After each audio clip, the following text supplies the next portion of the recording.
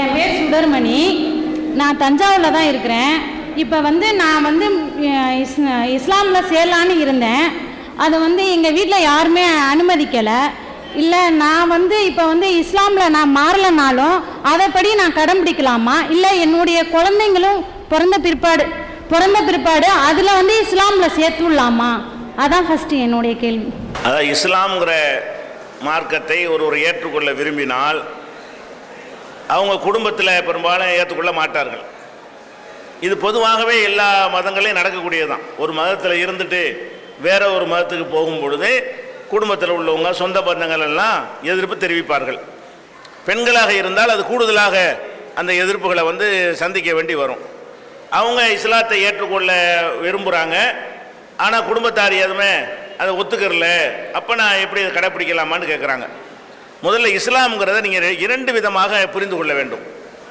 ஒன்று வெளிப்படையாக உலகத்தில் முஸ்லீம் என்று டிக்ளேர் பண்ணிவிட்டு வாழ்வது ஒரு வகை, அது ஒரு வகை. இன்னொரு வகை என்னவென்று சொன்னால், டிக்ளேர் பண்ண முடியாத நிலை இருந்தால் மனதளவில் இந்த கொள்கை தான் சரி என்று ஏற்றுக்கொண்டு மனதளவில் தன்னளவில் கடைபிடிப்பதும் ஒரு முறை இருக்கிறது. இது எப்போ என்று கேட்டால், நபிகள் நாயகம் அவர்கள் மக்காவில் ஆரம்ப காலத்தில் இஸ்லாத்தை பிரச்சாரம் செய்யும் பொழுது அவங்கள பிரச்சாரம் செய்ய விடலை. ஏன்னா அவங்க அந்த வேர்லேயே கையை வைக்கிறாங்க.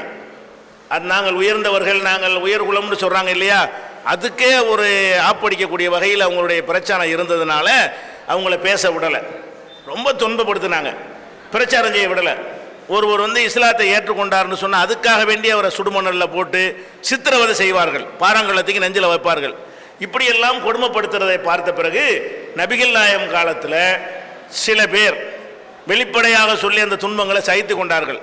சில பேர் என்ன செஞ்சாங்கன்னு கேட்டால், உள்ளுக்குள்ள எதுக்கு இந்த துன்பம் கஷ்டப்படணும், நம்ம இறைவன்ட்ட நம்ம முஸ்லீமாக இருந்துக்கிறோம், உலகத்தில் எப்படி தொலைஞ்சிட்டு போகிறோம் அப்படிங்கிற மாதிரி நினைத்து கொண்டு ரகசியமாகவும் சில பேர் நினைஞ்சாங்க அந்த கொள்கையை கடைபிடித்தார்கள். அப்போ இஸ்லாம்ங்கிறது இறைவனுடைய மார்க்கம் என்று நம்ம நம்புகிற காரணத்தினால இறைவன் உள்ளத்தை தான் பார்ப்பான், வெளித்தோற்றத்தை கடவுள் பார்க்க போகிறது இல்லை. அப்போ வெளித்தோற்றத்தில் நம்ம ஒரு நிர்பந்தம் நெருக்கடிக்காக வேண்டி சில விஷயங்களை வெளிப்படுத்தாமல் இருந்தோமே, ஆனால் இதுக்குத்தான் இவன் வெளிப்படுத்தாமல் இருக்கிறான் என்பதை அறிந்தவன் தான் கடவுள். உலகத்துடைய பேப்பரை வச்சுக்கிட்டு முடிவு எடுக்கிறவன் கடவுள் கிடையாது. என்ன சர்டிஃபிகேட் வச்சுக்கிற முஸ்லீம்ங்கிறதுக்கு அப்படின்னு கடவுள் கேட்க மாட்டான். உலகத்தில் ஏதாவது இடஒதுக்கீடு ஏதாவது பிரச்சனைனா சர்டிஃபிகேட் என்னன்னு கேட்பாங்க. மறுமையில் இறைவனுடைய சன்னிதானத்தில் நம்ம நிறுத்தப்படும் பொழுது அங்கே இறைவன் எதை பார்ப்பான், உங்கள் மனசில் கரெக்டாக நம்பினீங்களான்னு பார்ப்பான்.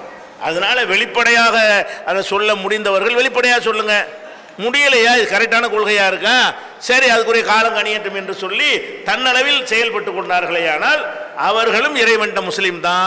அவங்களுடைய தொழுகை போக்குவரத்து பெயர்களை மாற்றி கொள்ளாவிட்டாலும் சரி, அவங்களுடைய பழைய முறைப்படி இருந்து கொண்டாலும் சரி, அவங்க யாரும் அறியாத வகையில் அவங்க முஸ்லீமாக இருப்பார்களே ஆனால் வாழ்ந்தார்களே ஆனால் அது இறைவனால் ஏற்றுக்கொள்ளப்படும்.